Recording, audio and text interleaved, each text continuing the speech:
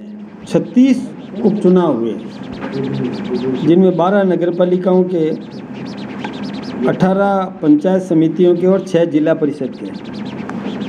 उसमें से 28 पर भारतीय जनता पार्टी ने जीत दर्ज की है, 4 पर कांग्रेस और 1 पर बीएपी और 1 बीएपी समर्थित और बाकी निर्दलीय।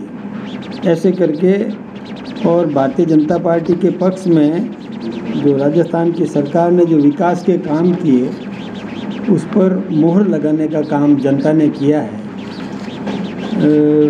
विशेष रूप से ऐसी सीटें जिसमें अलवर,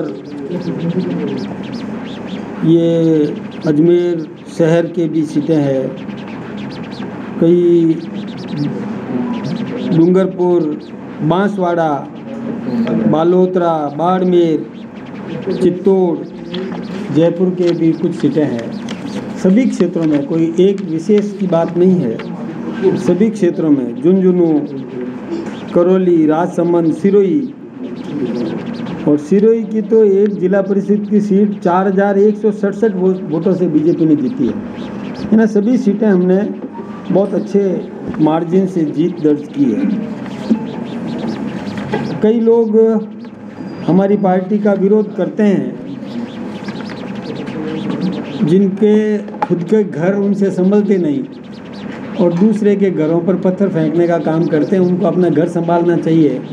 इसलिए ये तोहफा हम आज कांग्रेस के प्रदेश अध्यक्ष को इसी आपके माध्यम से भी दिलाना चाहता हूँ। वास्तव में वो यदि अपना घर संभालती तो ज़्यादा ठीक होता, केवल दूसरों पर आक्षेप लगाना ठीक नहीं है। हमारी कानून व्यवस्था एकदम चाक चौबंद है, हमने विकास के काम किए, वो धरातल पर उतरने लगे हैं। जो विकास के काम किए, चाहे सड़कों का मामला हो, पेयजल की व्यवस्था सुधारने का हो, बिजली की व्यवस्था सुधारने का हो, हमने किसानों को सम्मान दिलाने के दृष्टि से सम्मान निधि देने का काम किया हो, एमएसपी बढ़ाने का काम किया हो, इसके साथ ही चाहे कई प्रकार के जनता की मांगों को हमने व्यवस्थित रूप से सुधारने का काम किया हो। उन्होंने कई षड्यंत्र भी किए थे, कल भी एक अव्यवस्था उत्पन्न करने का उन्होंने प्रयास किया था। हमारी सरकार ने बहुत शानदार तरीके से अधिकारियों का समुचित उपयोग करके, जनप्रतिनिधियों का उपयोग करके उस कोई भी अप्रिय घटना हो सकती थी उसको भी रोकने में कामयाबी हासिल की। इसके लिए भी मैं हमारे मुख्यमंत्री जी को भी धन्यवाद देना चाहूँगा।